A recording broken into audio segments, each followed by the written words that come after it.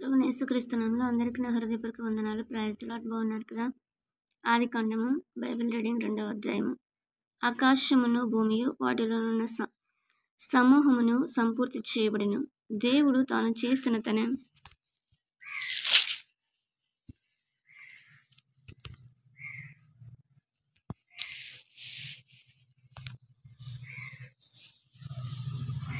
పని 7వ దినములుగా సంపూర్తి చేసి తాను చేసిన తన పని అంతటి నుండి 7వ దినమును విశ్రమించెను. కాబట్టి దేవుడు ఆ 7వ దినమును ఆశీర్వదించి పరిశుద్ధపరచెను. ఏలైనగా దానిలో దేవుడు తాను చేసినట్టు సృజించినట్టు తన పని అంతటి నుండి విశ్రమించెను. దేవుడని యెహోవా భూమిని ఆకాశమును చేసిన దినమందు భూమి ఆకాశములు సృజించబడినప్పుడు వాటి ఉత్పత్తి క్రమం ఇదే.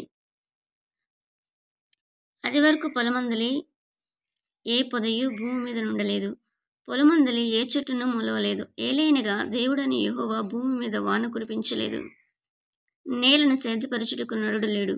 అయితే ఆవిరి భూమి నుండి లేచి నేల అంతటిని తడిపెను.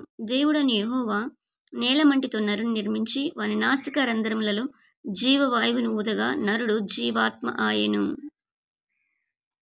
దేవుడైన యెహోవా తూర్పున ఏదెనులో ఒక తోట వేసి తాను నిర్మించిన నరుని దానిలో ఉంచెను. మరియు దేవుడైన యెహోవా చూపునకు రమ్యమైనదియు ఆహారమునకు మంచిదియునైన ప్రతి వృక్షమును ఆ తోట మధ్యను జీవవృక్షమును మంచి చెడ్డల తెలివినిచ్చు వృక్షమును నేల నుండి మొలిపించెను.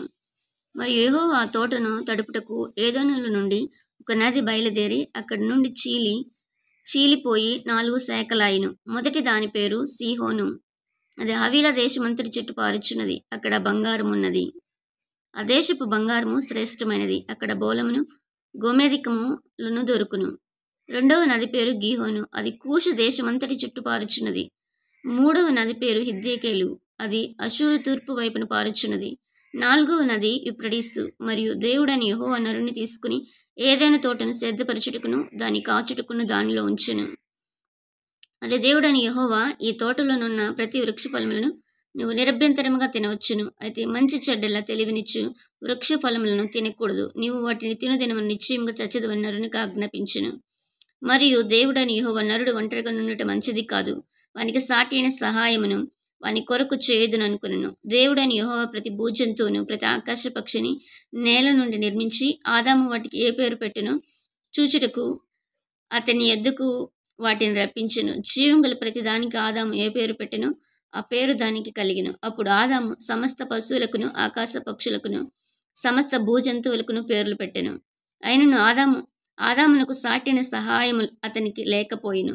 అప్పుడు దేవుడని యెహోవా ఆదామునకు గాఢ నిద్ర కలుగు చేసి అతడు నిద్రించినప్పుడు అతని ప్రక్కటెముకలలో ఒక దానిని తీసి ఆ చోటును మాంసముతో పూడ్చివేసెను. తరువాత దేవుడని యెహోవా తాను ఆదాము నుండి తీసిన ప్రక్కటెముకను స్త్రీనిగా నిర్మించి ఆమెను ఆదాము నొద్దకు తీసుకుని వచ్చెను. అప్పుడు ఆదాము ఇట్లనెను, నా ఎముకలలో ఒక ఎముక, నా మాంసములలో మాంసము. ఇది నరు నుండి తీయబడిన గనుక నారి అనబడును. కాబట్టి పురుషుడు తన తండ్రిని తన తల్లిని విడిచి తన భార్యను హత్తుకును, వారు ఏక శరీరమయుందురు. అప్పుడు ఆదాము అతని భార్యను వారిద్దరు దిగంబరులుగా నుండిరి. అయితే వారు సిగ్గు ఎరుగక యుండిరి. ఆమేన్.